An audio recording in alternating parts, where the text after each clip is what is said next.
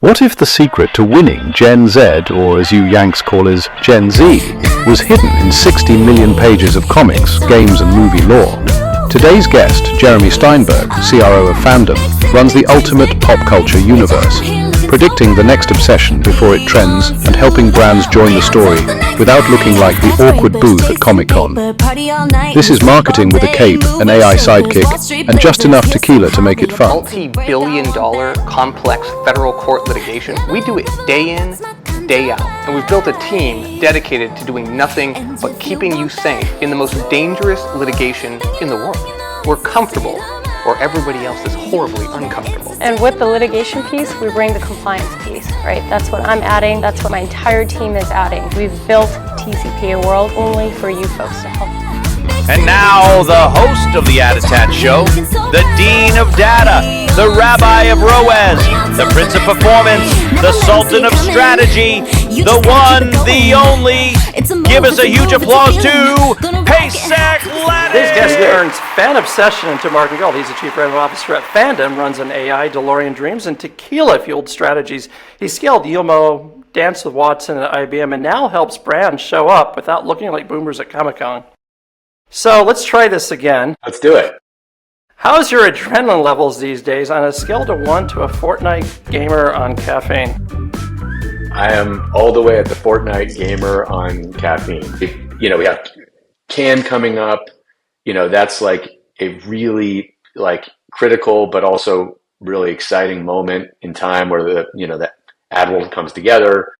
We have a bunch of exciting new capabilities that we're rolling out. And so, looking forward to having some really productive meetings and seeing a lot of close friends. And so I'm feeling pretty fired up for the next couple weeks. Sure, you heard this question before. You've been the CRO of companies at Fandom to Yield Mode to Media Math, and at this point, I assume you dream in CPMs. How do you leave a revenue team without turning into a glorified spreadsheet? I'm not going to lie. There are days where it can be tough. Back-to-back Zoom calls all day long. By the end, you're like totally fried. But look, when you have a great team, when you're really focused on prioritization, and then personally focusing on things like exercise and family, really makes it more feasible to be, a great chief revenue officer. And, sometimes some tequila helps as well. So I see a note here that Fandom is the #1 in Gen Z reach among all competitors, and your role includes revenue strategy, team building, and monetizing entertainment's big moments. What is monetizing big moments? Yeah. So most people don't know that we're literally #1 in Gen Z, and actually in the US, we're #5 overall in Gen Z reach. We're getting really big. So, think Reddit, think Fandom, we're neck and neck in terms of Gen Z reach, which most people would know. So Fandom, is the world's largest platform for entertainment and gaming. We're reaching 350 million people every month. And those people traverse 300,000 different communities of content about every movie, TV show, and video game ever produced on the planet across 60 million pages of content. And when I talk about content, we're talking deep, detailed content. So, the normal anecdote I like to give is if you're interested in Harry Potter, you can come to Fandom and learn about the 3,700 different wizards that have appeared in the films on more than 3,700 different pages. Right. It's an extraordinary amount of depth and detail. Why does that all matter? It gives us this amazing vantage point on consumer interest in pop culture and gaming all the time. And that's constantly changing. If you think about it, over the past couple months, you had White Lotus, Minecraft, Monster Hunter, Mission Impossible, The Last of Us. For a marketer, it's impossible to keep up with pop culture because it's always changing. And we have the benefit of having this amazing vantage point across all streaming consoles, all game devices, etc. And so what we can do is we can help marketers basically find the moments that they should be focused on based on the IPs that we see are trending, based on big events that we see are coming up. And so we really help them maximize the moments that should matter to them through the lens of gaming entertainment and reaching, highly valuable Gen Z audiences. So LinkedIn is full of tons of high-performance teams that can't run a proper forecast. So what does that mean to you? Is it like hiring Ivy League cyborgs or just people who know how to spell programmatic? Yeah, high-performing teams is very jargony. I mean, ultimately, what you want is you want a team that has a responsible mindset and has a desire to win. And when I say responsible mindset, it's like you can own the outcome. And so I always look for people who have that mindset, that desire to win. And I usually focus around like 5 key, critical values that I look for. Teamwork, communication. That usually solves 90% of all problems. Even though it sounds super easy, it's actually pretty hard. Attitude, positive attitude matters a lot. Integrity and excellence. I don't need someone to be excellent, but I need them to want to get better every day. It's sort of like, okay, today was tough or today was great. I'm going to do better tomorrow. And I think that ultimately creates that high performing culture because everyone's like in it together. Everyone's taking responsibility. There's nobody who's like, oh, they're not pulling their weight. And we're all sort of running in the same direction on wanting to win. So if you could teleport, DeLorean style, of course, to any past media era, cable's golden age, early mobile ads, pre-cookie apocalypse, which one would you exploit for the maximum revenue gain? Oh, man. I'm going to say the early 2000s. Now, I was going to say the 80s because the 80s is just the best decade of all time. Beginning of the 2000s, you had cable television was ramping, right? You had the beginning of the internet. This was like pre-Meta, pre-Google, mobile phone, right? That to me was like, if I could go back in time and be like, okay, what would I do differently?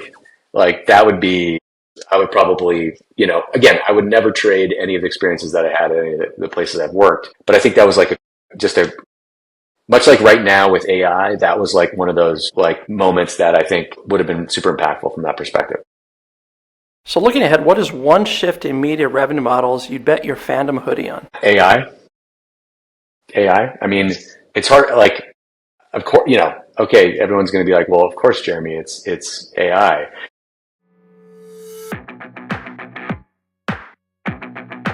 If last touch attribution worked, your waiter would take full credit for your meal. We make sure the chef gets credit too. Incremental. But I mean, everything is going to radically change when it comes to media consumption and advertising strategy and execution. Like the open web as it exists today is not going to exist. That's my personal opinion. If you think about the ease of getting answers through a prompt like a ChatGPT, Perplexity type, chat interface, you go to Google and it almost seems antiquated, right? Now Gemini is a different story, but like, basic like search. And I have the luxury of having, been working in AI when I launched Watson Advertising after we got acquired by IBM when I was at Weather Channel. And the whole idea of like conversation with agents, with brands, that's just what people do every day. They talk, right? And so I think that how that is going to transform marketing is going to be just profound. Like, just imagine a world where you don't link out anywhere. It's all in one platform. Like this whole linking world that has been built for the past 20 years is going to be radically transformed in ways that are obvious right now, right? Which you can see with a lot of media publishers being impacted by changes to algorithms and, search behaviors. We haven't been impacted, but, because I think platforms like us that have real utility, I think that stands the course of time. You have the emergence of creator world, but I think AI and this whole agentic future where every brand advertisement actually can become a true interaction point with a consumer, transformative. So can you walk me through a moment where AI actually cracked the code for a brand like, holy moly, it predicted the next Marvel obsession? So, yeah, we launched a product called FanDNA Helix last fall, and it's an ad platform powered by AI that helps connect marketers to the communities and to the moments that will drive the most benefit and performance. And when I think about performance, I think about awareness, intent, consideration, so on and so forth, upper mid-funnel metrics. And what Helix can do is it can not only help an advertiser market on the community that we think makes the most sense, but we can find other communities that may be of relevance to that audience. We can find non-intuitive communities that a marketer wasn't thinking about. By expanding the aperture of relevance through probabilism, right? This whole idea of probabilistic targeting, we're seeing really, really powerful results. I was, thinking about this prior to our podcast, and I thought, obviously, examples I think make the most sense, right? I think about a world in moments, and I think about a world in moments that are upcoming. When I think about, we have a huge Gen Z audience, right? So what are the big things that are coming up? So for example, Fantastic Four, huge movie release coming out end of July that probably one of the biggest tentpole moments for Gen Z this summer that marketers should be paying attention about. Looking at our platform, looking at our data, what we know from Fantastic Four is people that like Fantastic Four also are interested in Lilo and Stitch, but also are interested in things like Baldur's Gate, which you may not have known, right? And so if you're a marketer and you're trying to max out this key moment of time, you should be thinking about Fantastic Four, but you want to wrap that around other communities that could be relevant. And I think what's even more interesting is when you start thinking about thematics, like the mind and motivation behind why people like Fantastic Four. And so certain genres and themes pop that you wouldn't expect. So, for example, things like adventure pops, but things like transformation and friendship and self-sacrifice actually pop as themes. And so when you think about it through that lens, you can actually find connection points to other communities like The Pit, which you would have never connected Fantastic Four to. Final Fantasy, but also Legend of Zelda. And so again, you're a marketer. You're trying to connect with Gen Z audiences, and you want to align to communities that matter to these Gen Z audiences. And so we've been able through AI to find those connection points, both intuitive and non-intuitive, that really drive the motivation. And so marketers can then, using our targeting platform and our probabilistic capabilities, obviously run ads against those communities, but then it can also help inform those thematics like branded content and other things that they would do. And it actually helps them in other ways outside of fandom with social media strategies, et cetera, et cetera. So FanDNA Helix had to date another algorithm like Netflix's recommendation engine or TikTok's feed. Who is the best match and who's getting ghosted? I'd go with Netflix. I mean, look, my kids are huge TikTok fans, but Netflix does a great job of content discovery, right? Like this idea of, if you like this, you should go watch this other show, right? And they have known users, right? Like you sign up, you're a subscriber, and they get to know you. We look at a world very similar where people that like Fantastic Four also like this other thing, but we do it through the lens of context around, what people love, the motivations behind that. And so I think that that's probably the best complement or parallel, I would say. So when the algo wars end, what's the one human skill that you hope that still matters? Yeah, I mean, so it's funny you bring up, this idea of algo wars. Like this to me is probably one of what people aren't talking about that I think is going to become a huge problem opportunity, is everyone's going to want to have an algorithm, or everyone has one. How are these all going to work together? Which one are you going to choose? Which one's going to win? Who's going to make the decisioning? And are brands going to want to have their own? Are they going to want to be disintermediated by a Google or a Meta? How is this all going to work together? I think we're entering, or will be entering, in sort of like this, algo war phase. And so I think what's going to win? Look, my hope is that human interaction continues in real life. I think we Right. sort of lost a little bit of that with COVID, but I think, like I'm going to Cannes and replacing, creativity and being in person in real life. I think that ultimately AI will replace all the tasks that it should and will help with creative decision making, will help with strategy, etc. My hope is that human creativity and connection will drive innovation, with AI being sort of like the framework underneath that empowers it. Right. So Fandom owns every wiki platform for pretty much every conceivable franchise, and you dominate Gen Z reach, as we mentioned. Mm-hmm. Your challenge seems to be getting non-endemic brands to authentically engage without embarrassing themselves. So here's my question. What's the first thing brands always get wrong about leaning into the moment? I think the biggest issue that I see brands have, which I'm obviously hoping to solve, is they are not focused enough on trending. And a part of it is because they haven't had the capability to do that. I gave you an example of most are not agile enough, are they? Yeah, that's like the fundamental problem is that, I laid out this world of, White Lotus, Minecraft, Door, Last of Us, the Switch launch, Hunter Wilds. How is someone supposed to keep up with all this? Nobody can be agile enough. And the reality is, you could say, oh, programmatic, that solves everything. But does it? Just because a marketer targets moviegoers, that's lame. That is not a winning strategy. I checked the box on moviegoers. No. You need to if you want to really engage Gen Z audiences, you have to understand them. You have to integrate yourself in the communities and the places that they are. And, so that's why we launched Helix, is to help marketers capitalize on both fixed and fluid moments.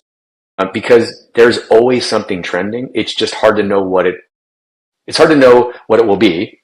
And it's hard to capitalize in it when it's happening, because it happens like that. It could be a big moment, could be a small moment. Like, for example, Minecraft, right? Chicken Jockey. We could have told you that was going to be big, and then it became big, and then it was like, these things it's too late. You know what I mean? So, having a skilled sort of AI-powered platform that can help activate marketers when things are popping, I think is a winning strategy. Do you think that gamers or fans really want brands to join their space?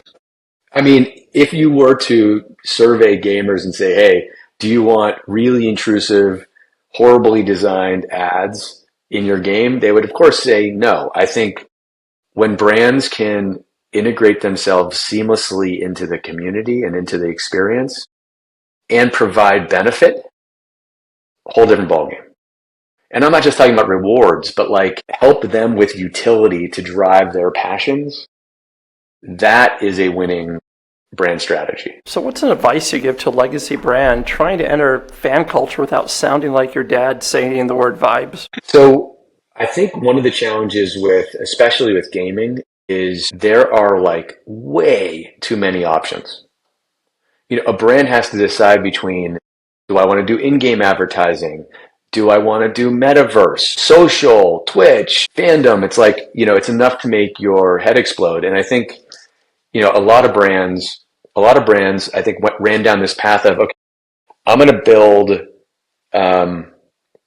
these robust worlds in Fortnite and, wherever. But then didn't realize the expense and how you have to keep that always on. And I think they got, a little skittish on, what should they do? So what I always, look, this is a little bit self-serving, but again, I believe that we've developed a platform that is really easy to enter Gen Z and gaming space, which is, you got to line around what Gen Zs care about. And it's these IPs that they care about that you can crack the code on by finding unique ways to connect with them. I'll give you an example, okay? We were working with a really large game publisher. We had a insight from our platform that the fans of this game loved EDM music. I don't know why. Sort of doesn't matter. And so we actually put together... For those that don't know, that's dance, electronic dance. Electronic dance music, sorry. And so what we did is we put together a really cool like creator program with Zed, big time music artist who was actually a fan of that game. And we did a whole play test. And so that's sort of like a example of, okay, find an insight. I always talk to my team about insight to activation. Like lead with an insight and then build a program around that versus have it be, random. And so when you find an insight like that and then you can activate it, becomes really authentic because it's using something that we know is important to that fan base. So how does gaming shift attention and measurement models? Are we just still counting impressions, or has someone built an actual engagement metric that doesn't feel fake? So I don't think people have cracked the code on gaming measurement. There are companies working on it, but I think we are in a phase of still undervaluing gaming. Given how many people game, how frequently they game, how important it is to identity and joy in people's lives, it is so underpenetrated from a marketer perspective versus like the doom scrolling of social media. It's insane. I mean, we're talking about people love gaming. They love watching TV and movies. I think the issue is like the measurement hasn't quite been there to prove out the incrementality. It's things that this is on my mind all the time with Helix is like, how do we really bring this to life? Because I think from a share perspective, it's underinvested relative to how important it is in people's lives. So when are we going to get out of the sponsored loot box phase? When you say sponsored loot box phase, you mean cereal boxes? No, like many games that all they offer for brands is sponsored loot boxes. I see what you mean. Oh, loot boxes, yeah. Yes, and I'm not referring to like the medieval turkey legs and loot boxes. Yeah, there's actually a Times one of the New York Times quizzes. They had loot spelled incorrectly for the UT. Sorry, I heard loop. I was thinking Fruit Loops. Okay, so Fruit Loops. No, not Fruit Loops. Yeah, it's on my mind because we just actually did a great program in the UK with Weetabix. So we're on cereal boxes there. Anyway, we digress. Which is not a brand anyone here knows. Exactly. So we'll hold global conversations for another podcast. The question is, when do we get past this phase of sponsored loot boxes? You know what? I would love it to be soon. Okay, but I think this concept of like rewarding gameplay. Look, for people that like a game, okay, having a utility to be rewarded for that actually isn't bad. I think it's actually a really smart, effective tactic that helps a brand share in the joy that a player has in that game. My hope is, though, that it can, to your point, like expand beyond that because it can't just end there. We look at things like modding, modifying games. We look at purchase of games. We look at all sorts of other ways that we can support gaming as a utility. Also, how can we surface more information about how to play games better? I think those to me will be sort of the next phase is like, okay, great, we're rewarding gameplay. But how about helping a gamer play better? That to me, that is where brands would be really effective in supporting gamers. So let's move on, and I'm going to maroon you on an island. You already chose to bring your wife, kids, for some reason, Tom Brady, Diplo, the EDM artist, and Kevin Hart, and some tequila, of course. Yeah, of course. So what role does Tom Brady play? Is he the motivational speaker, hunter-gatherer, or brand ambassador for coconut water? So first off, like most people that know me know that, I went to University of Michigan. I'm a huge diehard Go Blue Michigan fan. And so my love of Tom Brady dates back. You wear blue and yellow all the time? So a fun fact. Is that the colors, I think, right? Blue and yellow? Yeah. Maize and blue. But yes. It's what? Fun fact. Maize. They call it maize. Maize. Oh, like corn or what? Yeah, which is basically yellow, but they call it maize. I Maize thought and maize blue, was they like call it. multicolored corn, but it's just I think it's just a term. Hey, I think it just means corn. I think you're right. It's called maize and blue. Anyway, so my love of Tom Brady dates back way before he became GOAT in professional football. But listen, who wouldn't want to hang out with Tom Brady? The guy is an inspirational leader, super motivating.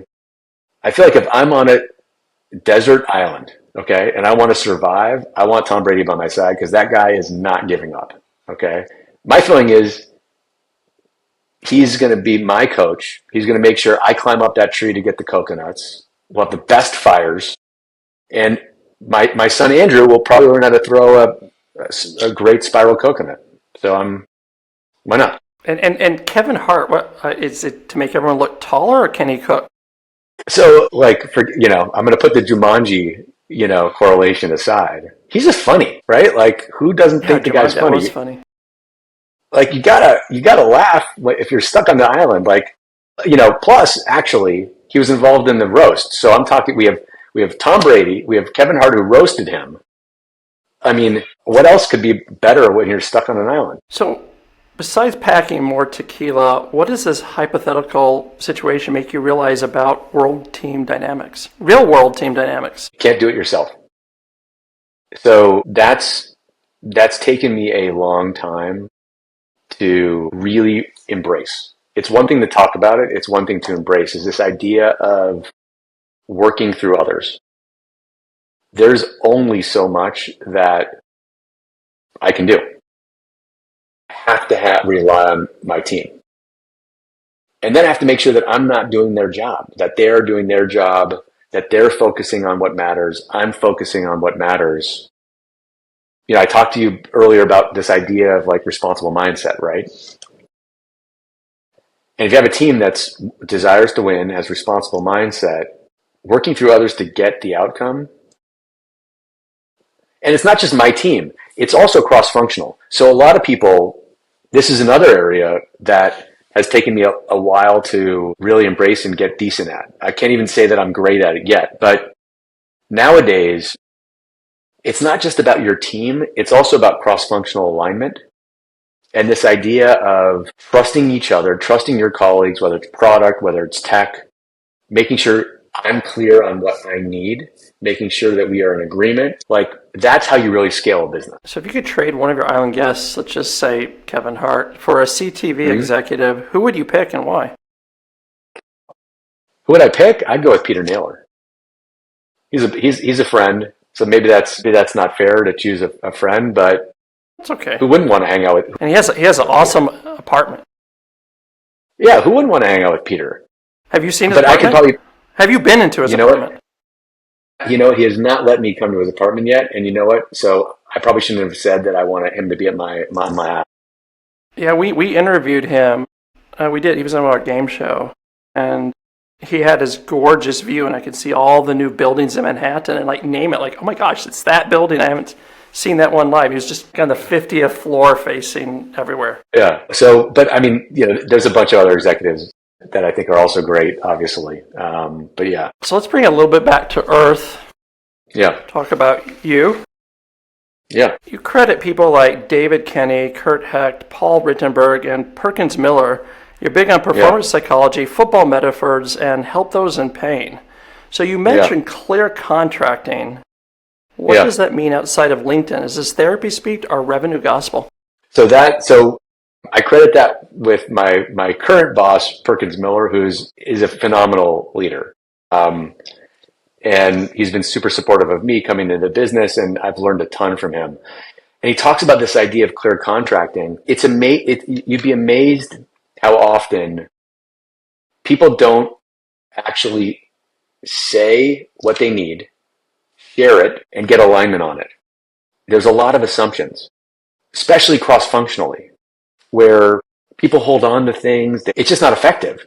And so this idea of clear contracting is that it's actually okay to say what you need. It's okay to say what you need, but you have to be specific. That has been something that I've had to work very hard on, is specificity. Here's what I need. Here's when I need it by. Are we in agreement? as opposed to not saying it, being frustrated, or assuming it's going to get done. The person on the other end doesn't understand what I'm trying to accomplish. And it's alignment in terms of like, not just like what my ask is and what I need, but also like, are we on the same wavelength where you understand me and I understand you? It's a different way to operate. And if you can get that out in the open and be super crisp and clear on priorities and what's needed, you can 10x your productivity. So who's giving you the most brutal feedback, but helpful feedback? And what did they say? Yep. I won't name names, okay? And I've been on the receiving end of a lot of feedback. But, 360 reviews can be great and terrifying all at the same time. And I got a 360 review once. That was like, Jeremy, you're not building trust and you're not being specific enough. And basically you're doing a shitty job. And that was like, oh my God. Like, was this recent or a long time ago? I cannot confirm or deny when this was. I'm not going to point any fingers. But what I would say is, we're sure it's not last week. It was not last week. What I would say is like, most people, like they're focused on their priorities, they're in their heads, and they don't necessarily take a step back and look at, how everybody else is receiving what you're saying and the seat that you're in, and that specifics really matter, and forging trust in relationships. Like maybe you thought you had trust, but you got to work on it and really understand where other people are coming from. And look, it was brutal to hear, but I got to work. And, in terms of being more specific, in terms of, gaining more alignment. And, so that was probably the first piece of brutal feedback. And I'll give you a second piece of brutal feedback. Okay. And this is from my beautiful and loving wife. Okay. I was like exhausted, overwhelmed, had way too much going on, was like so stressed. And I'm like, I go to my wife and I'm like explaining all this. And you know what her advice was? Jeremy, wake up earlier. And I was like, wait, you're supposed to like give me a hug and be like, honey, you're fine. And she's like, no. And now you wake up earlier? What time? Get out of fucking bed. Pardon my language. Get out of bed. So, and you know what I did? I started waking up earlier, and it's been a game changer. So I'm usually... How early? I gotta ask. 4:30 to 5. I do 5. Yeah, I'm much more productive. Yeah, it's not crazy, but like, my team laughed at me because like there was a couple of days where I was like out because I was moving and they weren't getting Slacks and emails from me at 5 a.m. and they thought I was dead. Okay. Because they're like, oh my God, this is crazy.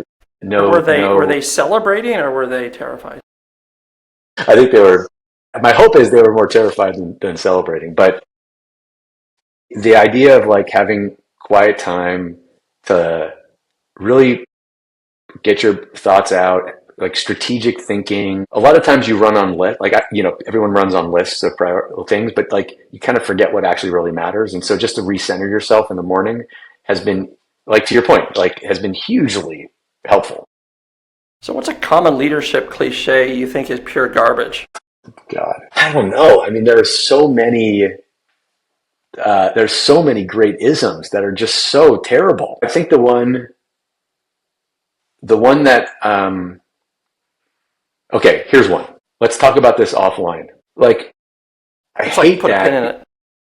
Yeah, put a pin in it, put it in a parking lot. What I tend to find is that like the hard decisions get put off.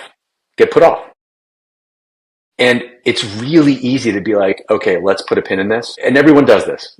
And what I try to do, and I don't do this all the time, is like, no, wait a second. I don't want to put a pin in this. Like, let's actually, like, we don't have to make all the decisions today, but let's align on all the next steps in the timeline to get this resolved versus like kick the can.